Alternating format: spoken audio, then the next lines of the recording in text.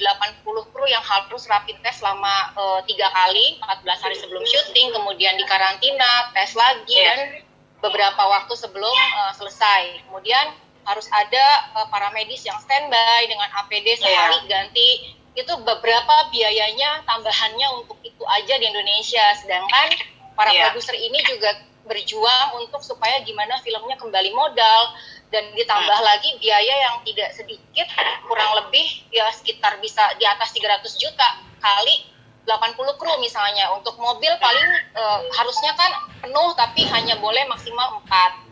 Kemudian mobil harus dibersihkan dengan cairan dan mereka di camp gitu, di hotel. Terus alat-alat seperti kamera dan lain-lain yang banyak dipegang juga harus dibersihkan sesering mungkin. Dan apapun gitu, artinya itu menambah biaya. Kalau saya dari sisi produser ya, pasti akan menambah biaya tidak sedikit gitu. Dan apakah setelah itu ada, semua mematuhi gitu. Sekarang kan kalau orang film bekerja itu suka lupa gitu, kadang-kadang suruh pakai masker aja bandel gitu, atau nggak berdekatan tapi deket-deketan gitu.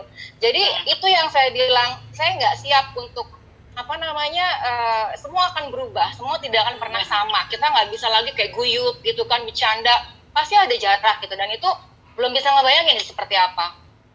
Dan yang pasti dana budgetnya. Yang harus dikorbankan menurut saya adalah 21 ya. 21 punya kebijakan khusus, punya aturan khusus mengenai situasi seperti ini gitu. Mungkin bisa setiap film yang tayang atau mau mengorbankan filmnya tayang dengan yang tayang pertama ini, ya mungkin diberi kebijakan akan tayang selama sebulan gitu. Kalau enggak saya rasa pasti tidak akan mau gitu, karena ya kalau seperti yang saya bilang tadi, kita masih baru di dunia film, tidak adanya pandemik, kita seperti pandemik gitu. Menurut saya, apapun juga, hanya di film ini, apapun juga, setiap orang juga harus sadar bahwa ini menimpa pada setiap orang. Setiap orang mengalami ini. Nggak usah begitu. Seorang tukang kebun yang biasa saya suruh datang seminggu 2 kali, terpaksa saya stop karena nggak berani ada orang masuk ke rumah, itu sampai bilang begini, Bu, saya nggak punya pemasukan lagi. Dari mana saya hidup? Ya kan? Nah, jadi emang ini yang kenyataan yang harus kita hadapi. Terus apa yang harus kita lakukan?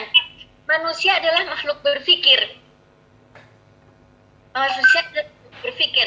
Dan ini adalah tantangan di mana kita harus menembus ini semua. Apa yang harus kita lakukan dalam menghadapi situasi seperti ini? Nah, begitu juga di film.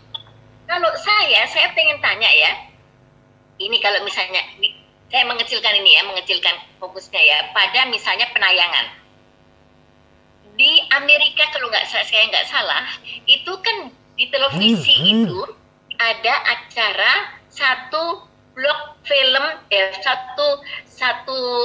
stasiun yang hanya menayangkan film-film klasik.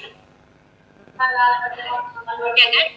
Dong, ya, ada satu stasiun yang hanya menayangkan film-film klasik. Dari dulu saya beranggap begini, kita kan selalu mengeluh kepada para pemilik bioskop, kok cuma dikasih waktu segini.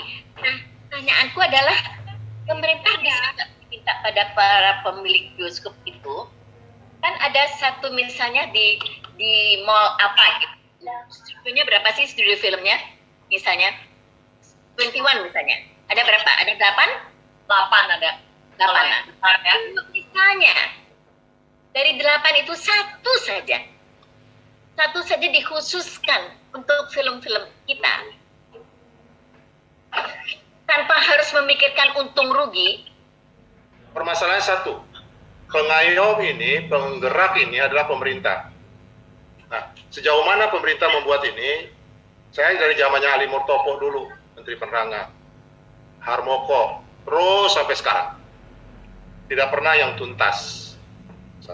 Termasuk juga saya katakan tadi, Festival Film Indonesia ini jangan dijadikan objek utama ini dulu betulin infrastruktur ini dari hulu ke hilir, dari hilir ke hulu.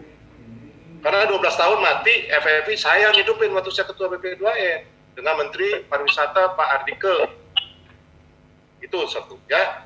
Kita sisihkan dulu, kalau tadi bicara bisnis, ya itu kita bisnis. Bisnis is bisnis. Kalau kita sadako, mau bikin amal ibadah dan sebagainya, itu sisinya lain. Karena begini, saya sependapat kalau 8 layar setiap lokasi yang boleh dikatakan strategis, 1 layar dibantu oleh pemerintah, biar kita operate-nya kita bantu. Itu mungkin jalan keluar. Tapi kalau suruh kita bangun, 1 layar itu 6 miliar kalau 21. Kalau bioskop saya cuma 3 miliar di daerah-daerah. Saya ada di Makassar, di Sulawesi Selatan, Cilacap, di Bangka Belitung, Semarang. Semua ini sebetulnya kalau saya katakan sangat-sangat berminat dengan film nasional kita. Satu, bioskop saya di Sengkang, di Sulawesi Selatan, kampungnya Pak Firman Bintang itu. Kampungnya Sidi Saleh.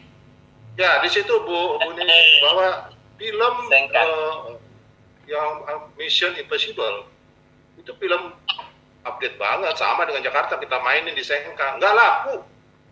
Dia maunya yang Losari lah, Pantai Losari lah, Uang Pane lah, dan sebagainya. Jadi artinya segmentasi di daerah itu kuat. Permasalahannya gengsinya kurang, itu aja. Kalau nggak putar di Jakarta kayak ini, itu kayaknya nggak abdol. Satu. Yang kedua, tolonglah jangan selalu dalam bisnis ini disalahkan bioskop dulu. Nggak ada benernya bioskop kayaknya. Padahal bioskop nggak pernah dapat duit sesen pun dari siapapun. Dia usaha sendiri. Nah, mari kita berkomunikasi yang baik. Dalam bisnis ini kita tiru orang Cina. Cina itu dia di antara dia tuh berkomunikasi yang baik. Saling memperhatikan, saling melihat, jangan sampai merugikan dan sebagainya. Itu mesti dibina dulu. Supaya tahu pasarnya. Jadi jangan bikin film, cemplungin ke pasar, di pasarnya nggak cocok, ya disalahin bioskop. Itu satu. Yang kedua, kalau sampai filmnya 4 juta, 6 juta, kayak si Odi Mulia, saya tegur dia, di 6 juta penonton, 90 miliar per silo, you dapat duit. Itu sudah dipotong pajak dan sebagainya. Yuk, ada nggak sih apresiasi terhadap bioskop? Terima kasih Pak Bioskop, film saya sudah diputar dan sebagainya. Nggak ada. Tapi kalau filmnya nggak laku, teriak semuanya, gitu loh. Nah, itu satu. Artinya, kita harus lihat ini secara objektif. Saya sependapat banget tadi. Betulin dulu sebagai pengayom, pembina perfilman, pemerintah itu serius. Ya. Serius itu dalam arti bukan sekedar omdo. Mari pakai duitnya. Kita kasih proposalnya. Ini loh, kerjakan dulu. Tadi syuting, ini adalah momentum kita kembali ke jati diri kita awal. Ini introspeksi yang sangat-sangat Allah berikan pada kita. Mari kita susun baru. Kita yang ada di lapangan itu juga lumayan mati-matian mengerjakan proses produksi itu gitu. Dan untuk saling menjaga waktu bekerja, saling menjaga mood, saling menjaga dari proses pre-production yang misalnya singkat. Kadang-kadang kita harus menyelesaikan skrip yang tebelnya misalnya 120 scene dan kita hanya dikasih waktu persiapan kurang dari 10 hari. Itu udah gila gitu.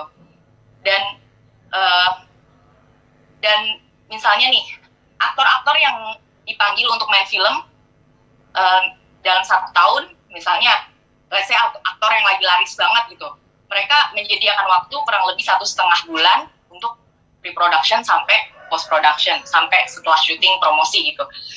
Dan dalam sepanjang syuting itu, 1,5 bulan udah termasuk reading, jadi kita cuma punya reading waktunya 10 hari, terus habis itu kita kadang-kadang 2 minggu lah kalau sempat, terus syuting sepanjang misalnya sebulan. Kalaupun nggak sebulan, ya itu kan di tengah-tengah ada break 3 hari dalam seminggu break sehari, seminggu break sehari. Nah, itu semua hanya bisa, sebenarnya sistem yang udah dikerjakan saat ini udah benar dari pembagian schedule dan segala macam. Cuma hanya bisa dijalankan kalau misalnya jam kerja itu tadi sih memang. Kalau misalnya jam kerja kita itu sehat, jam kerja kita itu benar-benar seimbang antara yang kita terima sama yang kita keluarkan dari segi tenaga, waktu, pikiran, bagaimana mengeluarkan ide dalam kondisi yang fresh, kondisi yang optimal dengan kondisi yang prima. kita pasti akan sangat lega dan mau untuk berkontribusi secara menyeluruh. Bahkan kami pekerja seni kayak saya misalnya pribadi, saya rela untuk misalnya ya itu tadi, dari dulu saya main film sampai sekarang itu nggak pernah saya nggak ditawar. Pastinya saya akan menurunkan harga supaya saya bisa bermain di skrip-skrip tertentu yang saya pengen main gitu. Nah, misalnya saya di tengah pandemi COVID ini membayar tiket saya sendiri untuk balik ke Jakarta. Kebayang nggak? Bayar tiket sendiri untuk balik ke Jakarta untuk melakukan promosi. Dan promosi itu kadang-kadang kita dikontrak, ada yang produsernya baik, misalnya seharian dihitungnya misalnya per venue, ada juga yang seharian dihitungnya sekali dan maksudnya harian gitu kan, paketan gitu. Jadinya kita semua di sini sudah melakukan dengan semaksimal mungkin pikiran, tenaga kita, hati kita ke dalam karya yang kita bawakan, yang kita sedang mainkan gitu. Dan saya yakin semuanya pasti pengen ingin berkontribusi besar dalam dunia yang sudah kita geluti udah lama ini gitu. Dan sekarang kita udah sampai sini sama-sama. Siap. Hal itu tentunya jadi kontribusi kita, dan saya yakin ke depannya saya pun rindu bermain film. Pastinya aku pengen banget untuk nggak usah jadi pemain deh, pengen buat film bahkan. Entah itu dari mana dananya untuk bisa berkontribusi dalam satu pembuatan film yang lebih hemat budget, atau misalnya yang lebih kreatif lagi, mengandalkan alat-alat yang nggak terlalu, yang masih kelas digitalnya masih sama hasil gambarnya, tapi misalnya yang minim production kayak gitu. Kalau dari segi industri, kalau kita lihat, COVID ini kan memaksa kita untuk merapikan asosiasi kita. Tiba-tiba kita sadar akan keselamatan kerja, tiba-tiba kita harus dihadapkan dengan protokol kesehatan, tiba-tiba kita harus memikirkan kondisi kru kita yang kadang-kadang syuting, maaf saja, itu sampai hampir 20 jam sehari. Nah, syuting yang wayangan segala macam itu kan memang nggak sehat buat imun tubuh kita. Nah, dengan adanya COVID ini, kita malah disadarkan untuk ayo kita tata kembali asosiasi film, duduk bersama, kita ngomongin jam kerja, kita bikin suasana syutingnya yang kondusif, yang sehat, yang bisa buat kita juga secara kreatif juga. Kalau tubuh kita sehat kan pasti nggak akan kelelahan dalam syuting. Maksudnya kayak gitu kalau kita mau ngomongin sisi terangnya COVID ini juga sih.